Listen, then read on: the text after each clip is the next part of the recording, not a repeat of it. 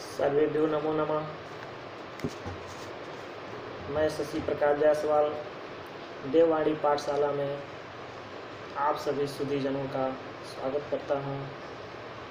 हम लोग कवि कुलगुरु कालिदास नामक पाठ का अध्ययन कर रहे हैं, जिसमें पूर्व के 2 भाग देख चुके हैं, अध्ययन कर चुके हैं।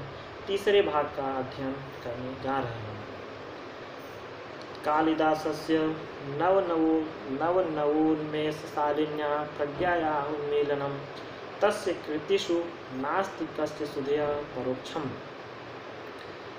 कालिदास अर्थात कालिदास के कृतियों में नवनवेशशालिन्याः नए नए विकास से युक्त बुद्धि का उद्घाटन उनकी रचनाओं में नहीं हुआ है, ऐसा किसी विद्वान का परोक्ष कथन है।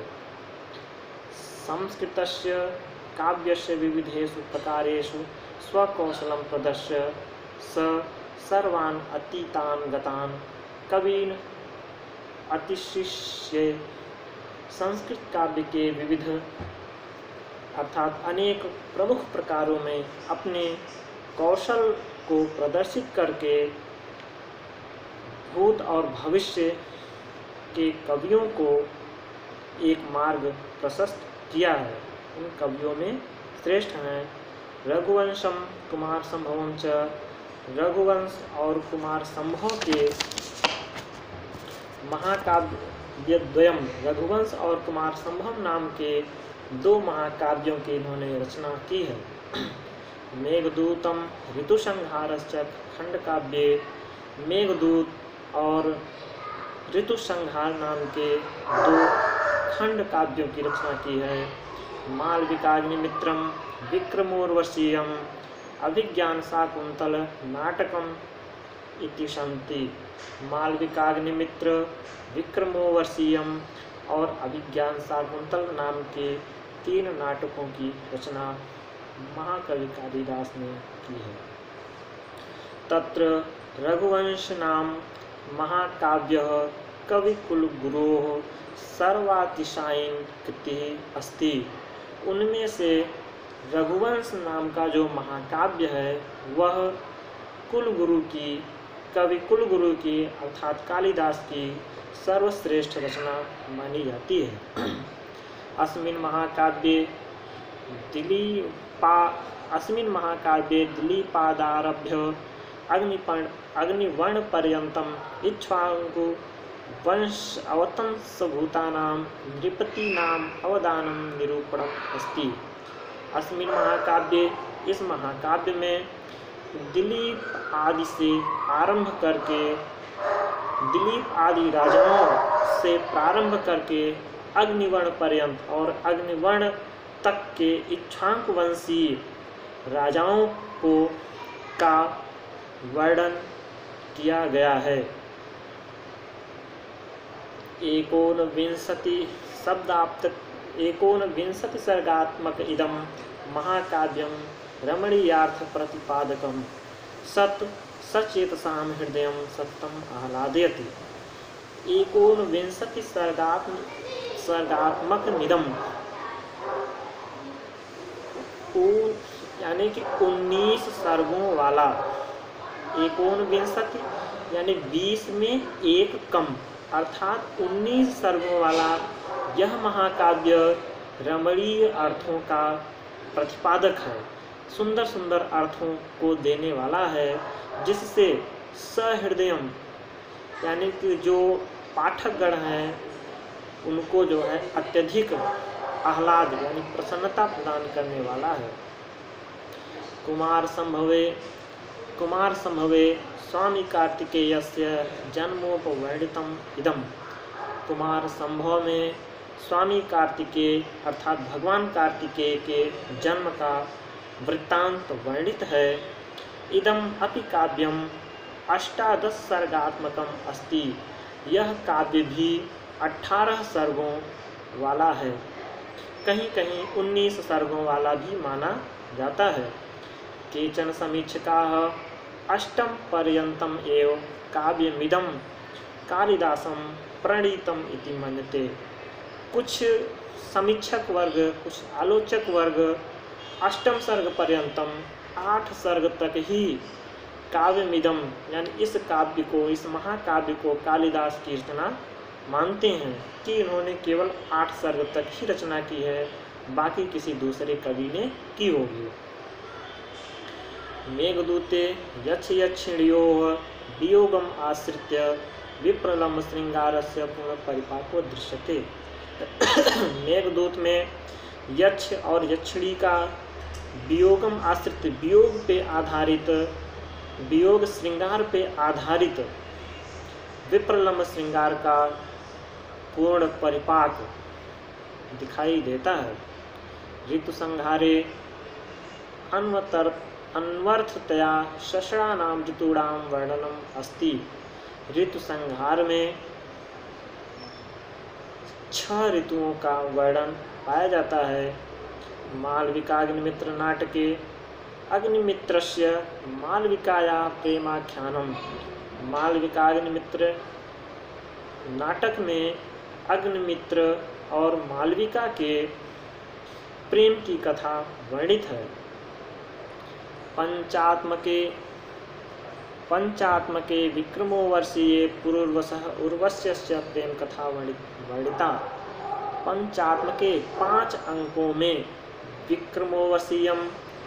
विक्रमोर्वशीयम में पुरुर्वसः पुरुर्वा और उर्वशी की प्रेम कथा वर्णित है। अभिज्ञान शाकुंतलम स्वनाम धन्य अस्य कवेः सर्वश्रेष्ठ नाट्यकृति अस्ति। अपने नाम को धन्य करने वाले अभिज्ञान शाकुंतलम नाम की यह कृति इनकी सर्वश्रेष्ठ नाट्यकृति है। यानी कालिदास के नाम को धन्य कर देने वाले यह अभिज्ञान शाकुंतलम इनके जीवन की सर्वश्रेष्ठ नाट्य की रचना है। नाटके अस्मिन् सप्तांकाः सन्ति। इस नाटक में 7 अंक हैं। मेनकायाः प्रसूतोज्झितायाः शकुन्तैश्च पोषितायाः तदनु कण्वेन परिपालितायाः शकुन्तलायाः दुष्यन्तेन सहोद्वाहस्य कथा वर्णितास्ति। मेनकायाः प्रसूतोज्झितायाः मेनका के द्वारा उत्पन्न की गई, शकुन्तैश्च पोषितायाः और पक्षियों के द्वारा पाली पोषी गई, पक्षियों के द्वारा रक्षा की गई, पाली पोषी गई। तदनु कण्वेय पालितायाः और कण्व के द्वारा जो है पालन पोषण किया गया। शकुन्तलायाः दुष्यंतेन, शकुन्तला और दुष्यंत के साथ कथा वर्णितेन, यह कथा दुष्यंत और शकुंतला के प्रेम की कथा इसमें वर्णित है। शाकुंतल विषय प्रथित ऐसा भणति। शाकुंतल के विषय में कहा गया है कि काव्येषु नाटकम रम्यम, काव्यों में सबसे रमणीय यदि कोई है तो वह है नाटक। तत्र रम्या शकुंतला, और उन नाटकों में यदि सबसे कोई रमणीय है तो सुंदर है तो वह है अभिज्ञान शाकुंतलम। और अभिज्ञान शाकुंतलम में भी यदि कोई अंक सबसे रमणीय है, सबसे सुंदर है, अर्थों को देने वाला है तो वह है चतुर्थ अंक। और चौथे अंक में भी 4 श्लोक जो है सबसे महत्वपूर्ण है। एतत् नाटकम प्राच्य पौरस्तैः समीक्षकैः बहु प्रशंसितम। इस नाटक को प्राचीन और पाश्चात्य आलोचकों ने बहुत प्रशंसा की है। विद्वानों ने बहुत इस नाटक को जो है मान दिया है। वस्तुतः कालिदासः मूर्धतमः भारतीयः कवि अस्ति। वस्तुतः वास्तव में कालिदास सर्वश्रेष्ठ भारतीय विद्वानों में या भारतीय कवियों में सर्वश्रेष्ठ विद्वान है। एकतः तस्य कृतिषु काव्योचित गुणानां समाहारः दृश्यते अपरस्तस्य भारतीय जीवन पद्धतेः सर्वांगीणता तत्र राजते। एकतस्य कृतिषु काव्योचित गुणानां समाहारः दृश्यते, यानी कालिदास के कृतियों में जितने भी काव्योचित गुण हैं वे सभी गुण जो है दिखाई देते हैं। अपरस्तस्य दूसरी तरफ भारतीय जीवन पद्धति है, भारतीय जीवन पद्धति में सर्वांगीणता तत् राजते, जो भारतीय जीवन पद्धति में संपूर्णता को, सर्वांगीणता को सुशोभित होता है, दिखाई देता है। काव्योत्कर्ष दृष्टया तस्य काव्येषु मानव मनसः सूक्ष्मानुभूतानि इंद्रधनु कस्यापि सहृदयस्य चित्तम आवर्जयितुं पारयति। काव्य के उत्कर्ष की दृष्टि से तस्य काव्येषु, उनके काव्य में मानव मनसः, मानव मन की सूक्ष्म अनुभूति की जो इंद्रधनुष है, कस्यापि सहृदयस्य चित्तम, किसके हृदय के चित्त को आह्लादित नहीं करती, प्रसन्न नहीं करती। प्रकृति अपि स्वजड़त्वं विहाय, प्रकृति भी अपनी जड़ता को त्याग कर सर्वतो मानव सहचरी आचरती, सभी जगह मानव की सहचरी के रूप में, एक साथी के रूप में आचरण करती है। रघुवंशे दिग्विजयार्थम परिलक्ष्यते, रघुवंशे दिग्विजयार्थम प्रस्थितस्य रघोः सभाजनं वनवृक्षाः प्रसूनवृष्टिभिः सम्पादयन्ति। रघुवंश में दिग्विजय के प्रसंग में, रघुवंश में दिग्विजय के यात्रा के संदर्भ में प्रस्थित, जब रघु उपस्थित होते हैं तो उनकी सभा में वन वृक्षा, वन के वृक्ष प्रसून वृष्टि संपादयन्ति, फूलों की वर्षा करके उनका सम्मान करते हैं। मेघे विरहोत्कंठितस्य यक्षस्य प्रेम विह्वलतायाः अद्वितीय सृष्टि संवेदन परिलक्ष्यते। मेघे अर्थात मेघदूत में विरह से उत्कंठित यक्ष के प्रेम विह्वल को देखकर, प्रेम विह्वलता को देखकर सृष्टि अद्वितीय हो जाती है, अद्वितीय दिखाई देती है। तत्र बाह्य अंतः प्रकृत्योः मर्स्पर्श वर्णनम अस्ति, और उसमें मेघदूत में प्रकृति के अंतः और बाह्य हृदयों का मर्मस्पर्शी वर्णन दिखाई देता है। कवि दृष्टया मेघ धूम ज्योति सलिल मरुताम सन्निपातो न भूत्वा एकः संवेदनशील मानव उपमः प्राणी अस्ति। कवि की दृष्टि में मेघ, कवि की दृष्टि में बादल सिर्फ धुआं, अग्नि और जल के संयोग को ही नहीं दिखाया गया है, अपितु वह एक संवेदनशील प्राणी की तरह आचरण करता है। स रामगिरेः आरभ्य अलकाम यावत् यस्य कस्यापि सन्निधिं लभते तस्मै हर्षोल्लासैः वितरति। वह रामगिरी आश्रम से प्रारंभ करके अलकापुरी तक जिस किसी के भी सन्निधिं लभते, सन्निधि को प्राप्त करता है, तस्मै हर्षोल्लास है, उन सभी को हर्षोल्लास यानी आनंद प्रदान करता है।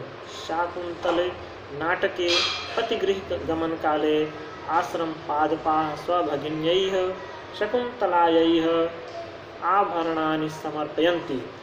शाकुंतल नाटक के अर्थात अभिज्ञान शाकुंतल नाटक के पतिगृह गमन काले, शकुंतला के पतिगृह को जाने के समय स्वभगिन्यैः अपनी बहन के लिए, अपनी बहन शकुंतला के लिए आभरणानि समर्पयन्ति, वे सभी आश्रम के वृक्ष शकुंतला के लिए आभूषण प्रदान करते हैं। हरिणार्भकः, हरिण का, मृग का छोटा बच्चा, तस्या मार्ग अवरोधम, शकुंतला के मार्ग को रोककर, रास्ते को रोककर स्वकीय निश्चलम प्रेम प्रकटयति, अपने निश्चल प्रेम को प्रकट करता है। एवं एवं नद्यः प्रेयस्य इव आचरन्ति, और इस प्रकार से नदियाँ भी प्रेम को प्रकट करती हैं। प्रेयसी की तरह नदियाँ अपने आचरण को प्रकट करती हैं। सूर्यः अरुणोदय वेलायां स्वप्रियतमायाः नलिन्याः तुषारबिन्दुरूपाणि अश्रूणि स्वकरैः परिमृजति। सूर्य अरुण वेला के समय में, अरुणोदय की वेला के समय में अपनी प्रियतमा कमलिनी के तुषार बिंदु अश्रु के बूंदों को अश्रूणि स्वकरैः है अपने हाथों से परिमृजति यानी कि पहुँचता है, अर्थात अपनी प्रियतमा को सूर्य किरणों के द्वारा अर्थात अपनी हाथों से मानो जो है कमलनी के आंसुओं को पहुँच रहा है। जयतु संस्कृतम जयतु भारतम।